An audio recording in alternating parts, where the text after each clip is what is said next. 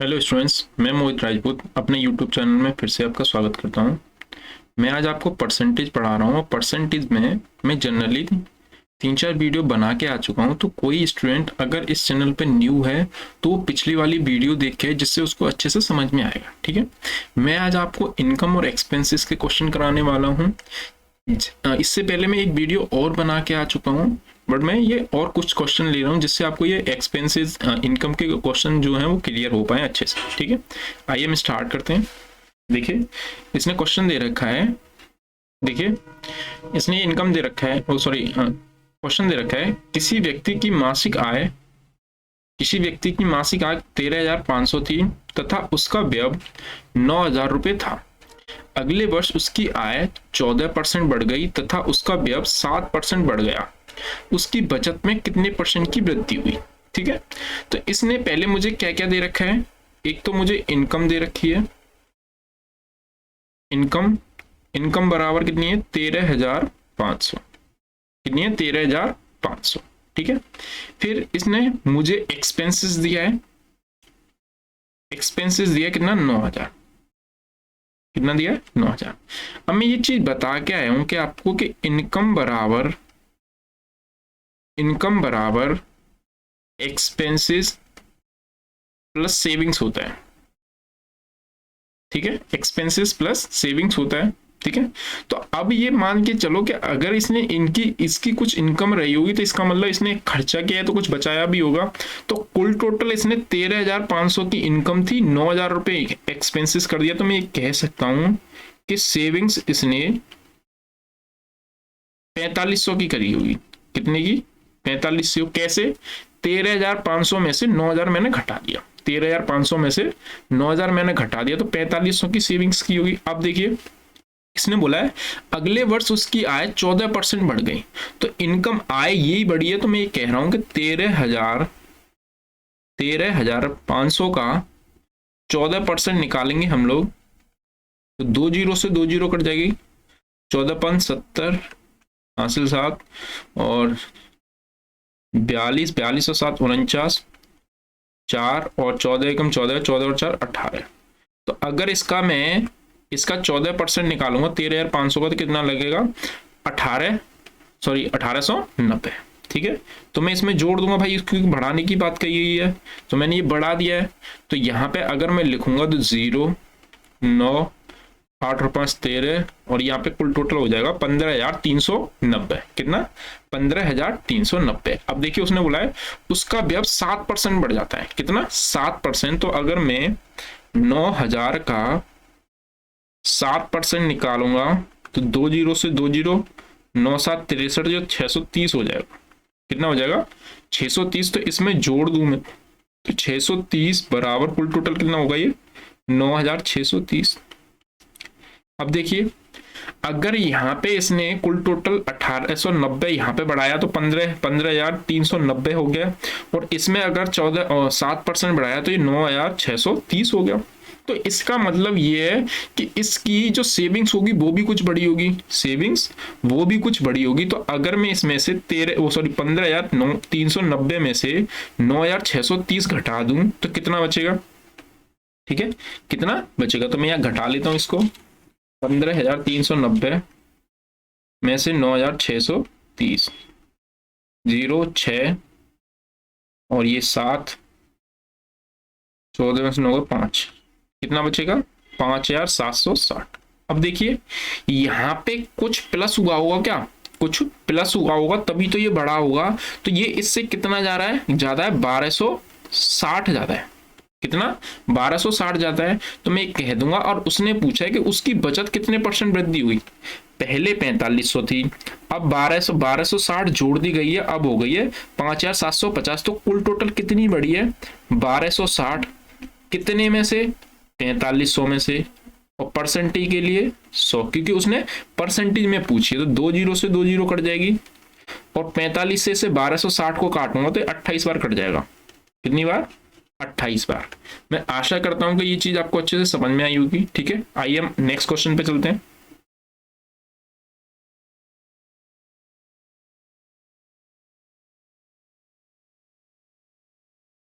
देखिए next question दे रखा है, एक ही आय में 25% की वृद्धि करने के बाद 20% की कमी करने पर। इसने बोला है एक ही आय में 25% की वृद्धि करने के बाद 20% की कमी करने पर, कॉमा, जो आय प्राप्त होती है वही बी की आय में 20% की वृद्धि करने के बाद 25% की कमी करने पर रहती है, तो बी और ए की आय का अनुपात ज्ञात कीजिए। बी और ए की आय का अनुपात ज्ञात कीजिए। ठीक है, तो आपको जनरली मैं ये बता के आया हूं कि 25% का फ्रैक्शन कितना होता है, 1/4। 25% का फ्रैक्शन क्या होता है, 1/4। 20% का फ्रैक्शन वैल्यू होता है 1/5। 1/5 ये तो ए है और ये बी है। ठीक है, इसने पहले अपनी आय में वृद्धि करवाई है, तो मैं कह सकता हूं कि अगर वो 4 था, अब ये मान के चलूं कि उसके पास 4 थे, और अगर उसमें से 1 बढ़ा दिया जाए तो मैं कह दूंगा ये 4 से कितना हो गया होगा, 5 हो गया होगा, 4 से 5 हो गया होगा। और इसने अब दूसरी बार में इसने कमी कर दी है, और इसका ये कह दूंगा कि अभी इसके पास 5 था और ये 1 घट जाएगा, तो मैं कह दूंगा ये 4 हो जाएगा। क्योंकि जब वो कमी करने की बात कर रहा होता है तो वो जो ऊपर वाली चीजें दे रखी होती हैं, ऊपर जो दे रखा होता है, अंश दे रखा है, उसको घटा देते हैं। ठीक है, तो यहां से अगर 5 में से 1 घटाऊंगा तो 5 में से मैंने 1 घटाया तो कितना होगा, 4। ठीक है, अब हम बी पे आते हैं। वहीं बी की आय में 20% की वृद्धि, तो 20% की फ्रैक्शन वैल्यू होती है 1/5।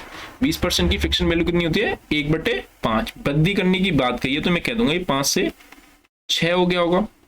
फिर उसने क्या 25% की कमी कर दी है, तो 25% की फ्रैक्शन वैल्यू होती है 1/4। 1/4। ठीक है, तो मैं मान के चलता हूं कि अभी उसके पास 4 है, कमी करने की बात कही है तो मैं 1 घटा दूंगा, तो मैं कह दूंगा कि 4 से अब ये 3 रह गया होगा, 4 से 3 रह गया होगा। ठीक है, अब मैं यहां पे अगर इनकी इनकम निकालू तो 4 का इंटू 5 से करूंगा तो 20 थी, और यहां पे भी 20 ही है।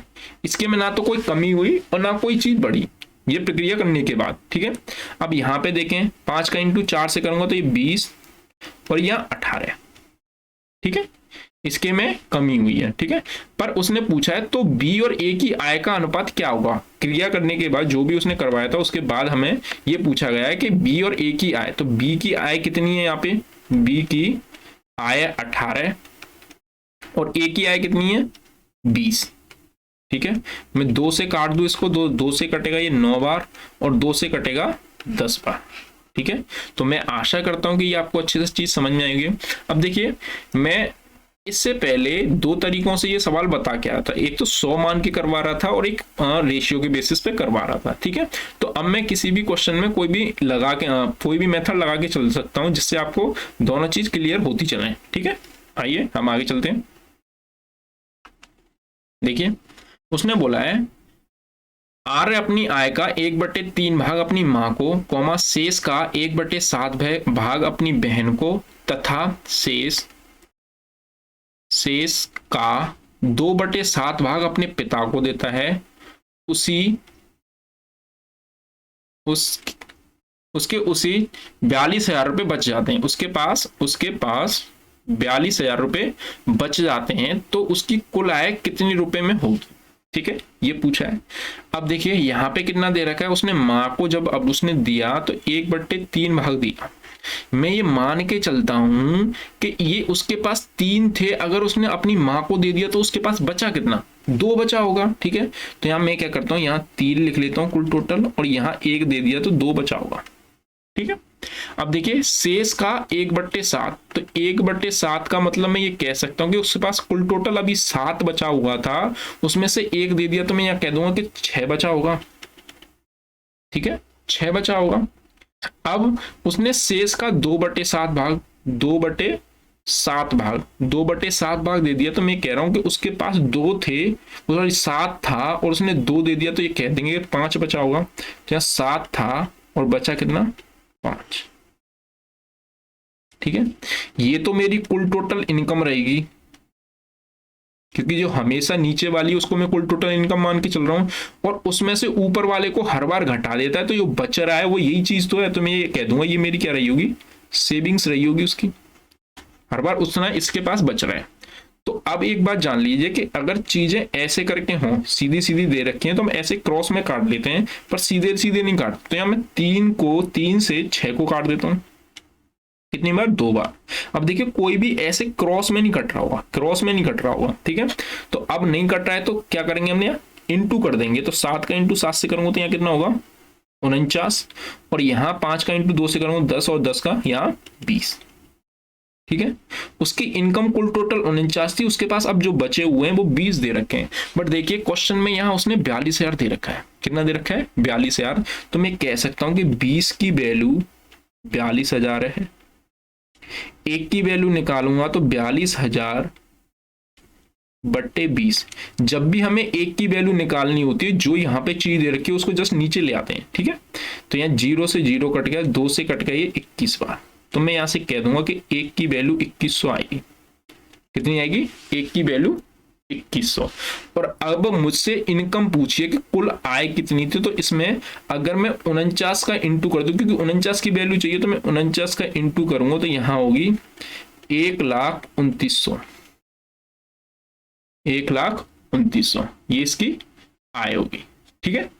मैं आशा करता हूं कि इस क्वेश्चन को अच्छे से समझा पाया हूंगा, ठीक है। आइए हम आगे चलते हैं। देखिए उसने बोला है एक व्यक्ति अपने धन का 50% भाग अपने पुत्र को और 30% भाग अपनी पुत्री को देता है, ठीक है। शेष राशि का 80% भाग किसी ट्रस्ट को दिया जाता है। अब यदि उसके पास 16,000 रुपए बचे हों तो प्रारंभ में क्या राशि थी? क्या राशि थी? अब कोई व्यक्ति है और व्यक्ति के पास हम हर बार ये बात मैं बता के आता हूं कि उसको हम 100% आय मान लेते हैं। 100% आय मान लेते हैं कि 100 होगा ही होगा। उसमें से उसने 50% अपने पुत्र को दिया है, तो इसमें से मैंने 50 तो पुत्र को दे दिया और 30% मैंने इसमें से पुत्री को दे दिया। ये पुत्र को दिया है और ये पुत्री को दिया है, ठीक है।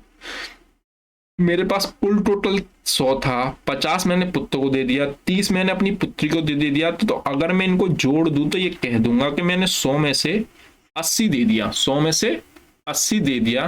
तो आप एक बात बताइए, अगर मैंने 100 में से 80 दे दिया तो बचा कितना होगा? 20 बचा होगा, ठीक है। सिंपल सी बात, 20 बचा होगा। अब बोल रहा है कि शेष राशि का 20% भाग ट्रस्ट में दिया है, तो शेष राशि कौन सी बची? 20। अब 20 का 80%, अब 80% निकालेंगे, ठीक है। यहां तो मैंने परसेंटेज क्यों नहीं निकाला था कि 100 का तो जितना निकालोगे वो उतना ही होता है, इसी वजह से, ठीक है। तो यहां 2 0 से 2 0 कट गया, 8 दूनी 16, ठीक है।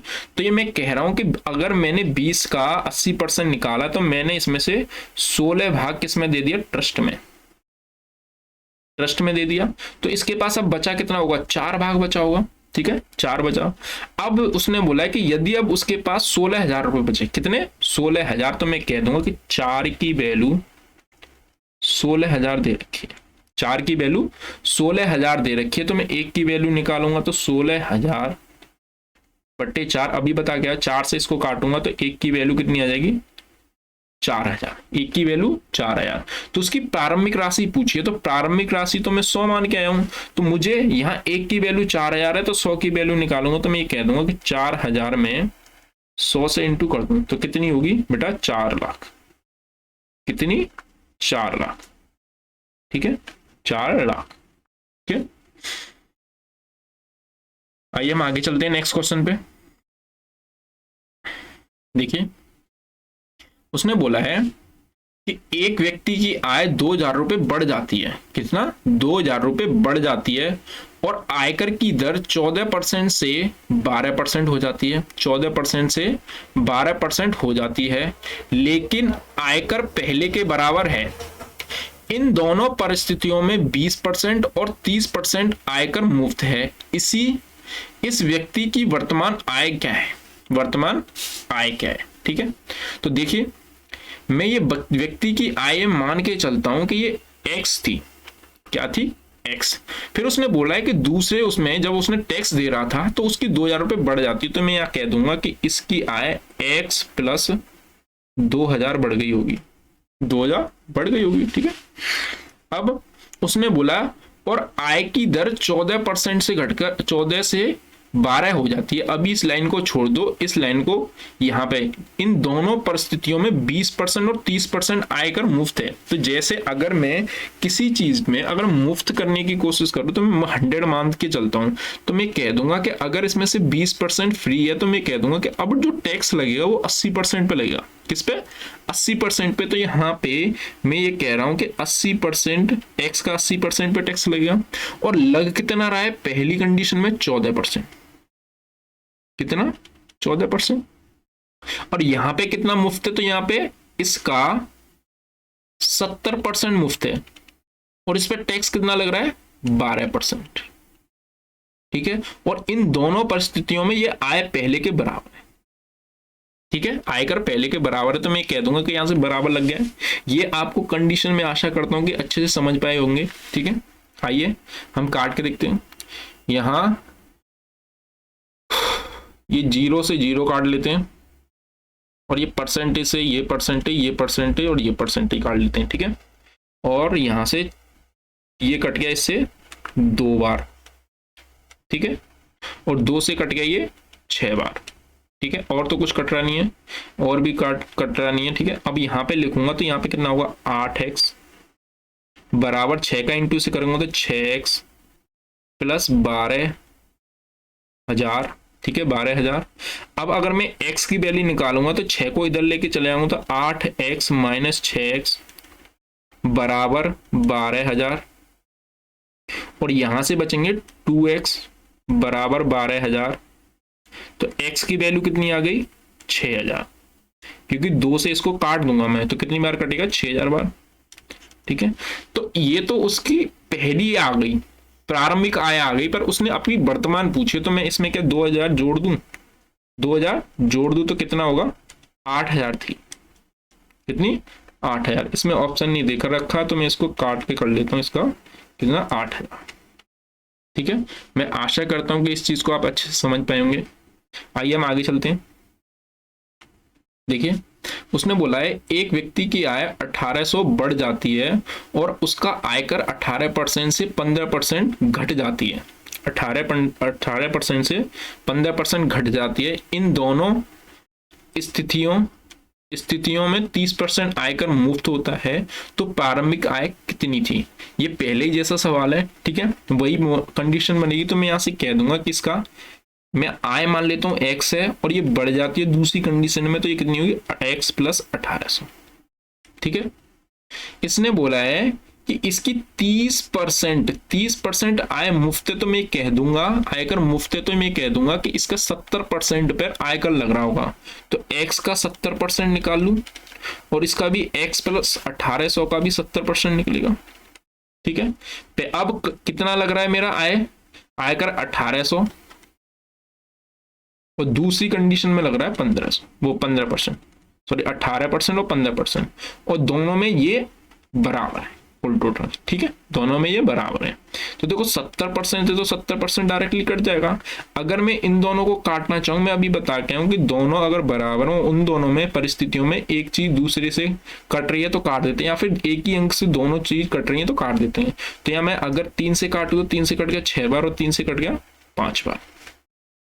5 का वो 6 का इंटू एक्स से करूंगा तो 6x, 5 का इंटू एक्स से करूंगा तो 5x प्लस 18 पंजे 90, तो कितनी हो? 9,000। अब इसको इसमें से माइनस कर देंगे तो 6x माइनस के 5x बराबर, क्योंकि इधर ले जाएंगे तो ये माइनस की हो जाएगी, बराबर 9,000। और यहां से x की वैल्यू कितनी आएगी? 9,000। तो इसने क्या पूछा हमसे? प्रारंभिक आय पूछी थी, तो प्रारंभिक आय कितनी होगी? 9,000। मैं आशा करता हूं कि इस चीज को मैं 2 क्वेश्चन से क्लियर कर पाऊंगा। अगर ये क्वेश्चन आएगा तो आप कर पाएंगे। ठीक है, आइए हम आगे चलते हैं। इसने बोला है एक व्यक्ति की आय 3,000 रुपए कम हो जाती है। 3,000 रुपए कम हो जाती है। पहले ये बढ़ रही थी पहले वाले क्वेश्चनों में, अब ये कम हो रही है। और आयकर की दर 15 से 18 हो जाती है। अब ये बढ़ी है दर, ठीक है। तो भुगतान किए गए कर का अनुपात 3:2 है और 29% आयकर मुफ्त है, तो उसकी प्रारंभिक आय ज्ञात कीजिए, ठीक है। उसकी प्रारंभिक आय ज्ञात कीजिए। तो मैं मान के चलता हूं कि दोबारा से हम क्या मान लेंगे, x मान लेंगे, ठीक है। आय क्या रहेगी, x, और दूसरी कंडीशन में कितनी हो जाएगी, x माइनस 3,000, x माइनस 3,000। अब एक बात बताइए, जैसे अगर ये 29% मुफ्त है तो एक बात बताइए, यहां से कितना 71% निकलेगा x का, और यहाँ पे भी 71% निकलेगा, तो इसको लिखना जरूरी है। तो ये तो कट जाएगा ना, दोनों चीज यहाँ से ये कट जाएगा, तो मैं इस चीज को ना लिखूं, इसमें ज्यादा बेटर है। तो मैं ये क्या करता हूं कि यहाँ पे इसका 15% और इसका 18% निकाल लेता हूं, और इन दोनों की कितना निकल के आया है, 3:2 के में निकल के आया है, ठीक है। ये बात क्लियर है। अब अगर मैं इस चीज को काटने की कोशिश करूं तो 5 से कट गया ये, वो 3 से कट गया ये, कितना 5 बार, और ये कट गया 9 बार, ठीक है। यहां एक एक बचा होगा। अब मैं क्रॉस मल्टीप्लाई कर लूंगा तो यहां से लिखूंगा 5x बट्टे 9x माइनस के 9×3 = 27,000 बराबर 11, ठीक है। ये इधर चला जाएगा तो मैं कह दूंगा यहां से कुल टोटल में 5x बराबर 9x माइनस 27,000, और x 9x को इधर लेके आऊंगा तो 5x माइनस के 9x बराबर माइनस के 27,000, ठीक है। यहां कितना माइनस का 4x बचेगा, माइनस का 4x, और यहाँ पे माइनस के 27,000, माइनस से माइनस कट जाएगा तो x की वैल्यू निकालूंगा तो 27,000 बट्टे 4, ठीक है। अब अगर इसमें भाग दूंगा तो मैं 4 से इसको काटूंगा तो ये कुल टोटल बार कट जाएगी 6,750 बार। कितना, 6,750 बार। उसने उसकी प्रारंभिक आय पूछी थी तो कितनी होगी, 6,750। अगर उसकी वर्तमान आय पूछता तो मैं क्या करता, इस 6,750 में से 3,000 घटा देता, 3,000 घटा देता, ठीक है। आइए हम आगे, आज के लिए इतना ही, bye, take care, good night.